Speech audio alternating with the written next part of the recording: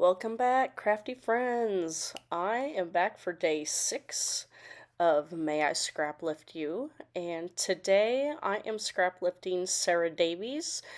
She was one of the bonus creators that was provided on the list that we could scrap lift, and I showed you the layout there early on of the one I'm going to scrap lift today. And so my picture is a picture of my dad, and it was one of his elementary school pictures. I do not know exactly what year, but I am going to start scrapbooking uh, some old vintage pictures from both my dad's side and my mom's side. Back in January this year, I went to visit my mom down on the farm and spend an entire weekend just going through old photo albums and tubs of pictures and documents, and took pictures of things that I thought I might just want to scrapbook or that I thought were really cool. And so you'll start to see those sprinkled in some of my other layouts as well. Uh, for this particular layout, I'm using the Simple Stories Simple Vintage Essentials collection. It came out last year, and I've just been waiting to have time to go down and get the pictures of my family and my history, and so now it's time to start digging into this collection. So, that big background piece that is going to be the primary piece behind my photo, that came from the 6x8 paper pad, and I just fussy cut that piece out and wanted to use that as my base piece for my photo map.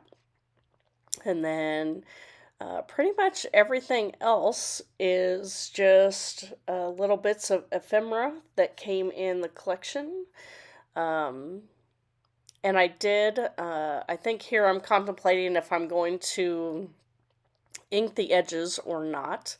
And so I did decide that I was going to do frayed burlap. So I do start inking the edge of my foundation background. Excuse me. Still fighting this cold here, so trying to get some voiceovers done in between coughing fits and everything else going on here. So uh, so now I have that all inked up, and I'm going to start putting my layers back on. And so this piece, I did cut it once. Obviously, it was shorter than 12 by 12, and eventually I do decide to trim it down just a little bit more because I noticed on Sarah's layout that she had a big section, like a big rectangle of stitching around most of the layout, and I wanted to make sure I had room to go around the top and the bottom without going over that uh, white collage piece of paper. So, and also on this ViewMaster, that I started to pop out all of the little windows, but then I decided that I actually liked it better with the pieces still in there. So I did use, I don't know if this shows up on camera or not, but I did use some washi tape on the back to make sure all those pieces will stay as part of that piece of ephemera. So the ruler piece of paper that was from the 6x8 paper pad, and just trimmed off a section of that to use on the side of the photo. I did use my corner rounder on a couple of edges. And let's see.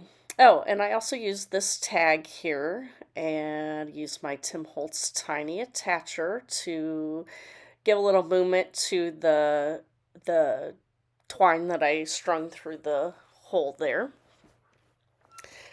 and had this little, since this is a picture of my dad in elementary, that I thought those numbers of 1 through 7 um, was kind of appropriate, since I don't know exactly what class he was in. And so here I am starting to uh, stick some of my layers down. Getting my T-ruler out, make sure I'm getting everything straight. Excuse me again. And so since I was not using that for any kind of journaling or anything back behind, that I did just go ahead and cut that off, that I may be able to use that piece somewhere along the lines for some kind of journaling, who knows. And I did pull out one of the chipboard pieces that matched this paper ephemera clipboard that I have, and so I'm adding some pop dots to the back, and then I'm going to stick down the very bottom of that clipboard with a very thin piece of score tape there. And hopefully that'll keep it all down there, since it's not really a pull-out element for journaling or anything. That should be sufficient to hold it down, but I wanted to give it a little bit of lift and texture. And then I did find this little piece here of ephemera, and I decided to put my dad's name on there as well. And I pulled out some really super old rusty pickle rub-on letters, and they did work really good. I was out of E's, so I did have to Frankenstein some C's into some E's. And actually, once I got everything down, you can't even tell that they were not originally an E to begin with. So I was pretty happy with that. And so I just put his name, and then underneath, in my handwriting, I just put school picture. And I'm not sure if I have stuck down this piece yet. No, I haven't. So it'll go right underneath, pretty much where I have it now, but it'll be tucked up underneath that fussy cut photo mat that I have there.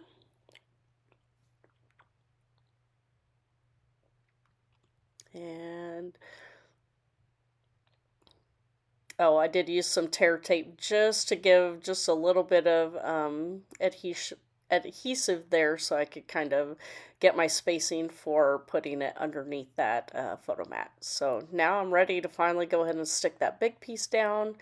There you can see where I've used my washi tape to keep all those Viewmaster pieces all together. And this is pretty much going to wrap things up. That when you come to the close-up pictures, you're going to see the stitching that I did around the outside. I did do black stitching and then straight stitch, and then once in a while I added in a zigzag for some texture and difference in the stitches as well. So if you have any questions, please feel free to leave those below. Otherwise, if you wouldn't mind giving me a like and subscribe, that would be awesome. And thanks for watching. We'll see you next time.